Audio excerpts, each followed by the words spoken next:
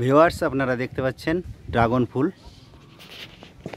দীর্ঘ 1 বছর অপেক্ষার পরে 1 থেকে 1.5 বছর ড্রাগন গাছে ফুল এসেছে।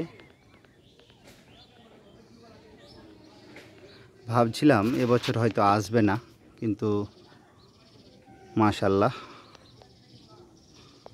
আল্লাহর রহমতে ফুল এসেছে।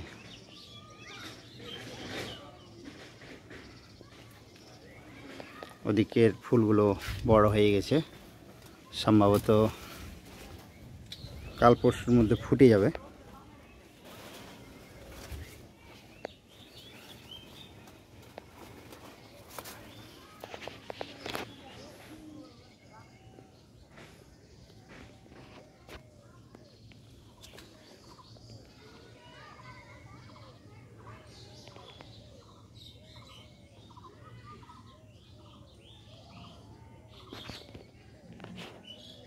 এ হচ্ছে আম বাগান।